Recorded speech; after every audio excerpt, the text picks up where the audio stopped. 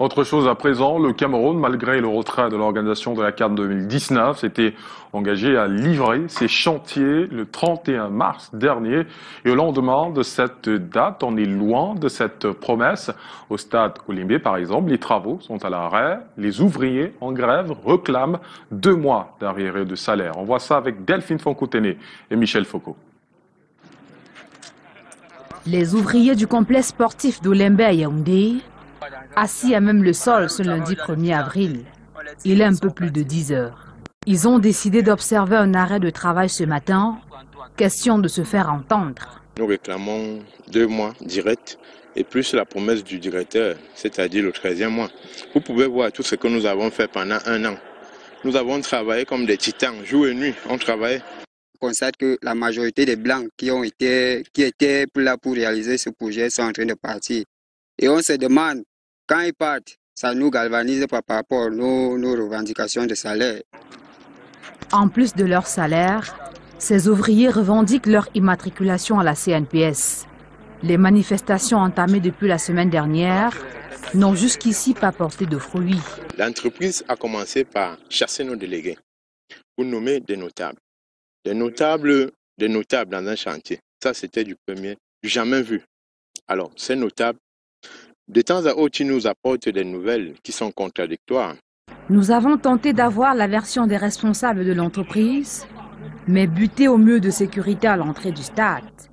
Échange sur caméra cachée. Le directeur même n'est pas ici au Cameroun, il est parti en Guinée.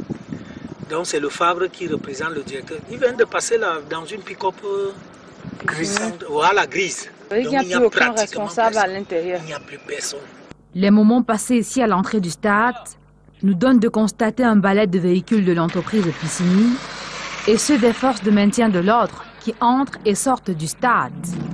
En attendant que leur situation soit régularisée, certains de ces employés se sentent reconvertis. Je suis obligé de faire la bouteille maintenant pour pouvoir manger. C'est chaud dans moi. Il y a la femme à la maison et 2 enfants.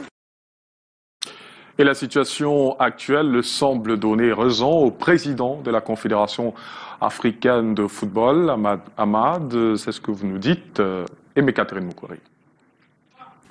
Alain Ghislain Kanga, vous l'avez dit plus tôt, ce 31 mars était la date butoir fixée par le gouvernement pour la livraison des infrastructures sportives liées à l'organisation de la CAN 2019. Et pourtant, à ce jour, aucun des grands stades n'est achevé. Une désillusion qu'avait prédit Ahmad, le président de la Confédération africaine de football, avant le retrait de la compétition au Cameroun. Marc-Lionel Chameau pour les détails.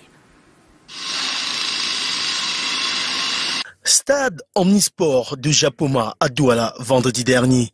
L'édifice de 50 000 places n'est toujours pas achevé alors que nous étions à ce moment-là à 48 heures du délai de livraison des chantiers de la CAN 2019 tel que prévu par le gouvernement du Cameroun. Malgré le retrait et le glissement en 2021, le président de la République avait affirmé que les chantiers seront livrés comme prévu le 31 mars 2019.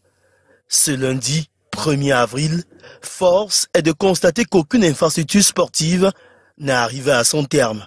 Que ce soit à Yaoundé, au stade omnisport qui porte le nom du chef de l'État, ou encore à Garoua, rien n'est déjà exploitable.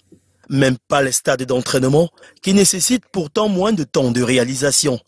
Toute chose qui nous fait ressortir les propos d'Ahmad. Le président de la CAF avait déclaré le 30 novembre à Accra au Ghana que le Cameroun ne pouvait pas livrer ses chantiers de la CAN à temps, d'où le choix de l'Égypte pour le supplier.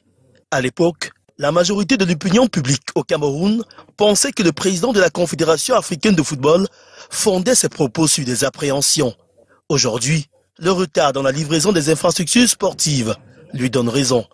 On se souvient pourtant que Pierre Ismaël Boudoumpat, alors ministre des Sports de l'époque, avait martelé que les travaux continueraient dans leur vitesse de croisière.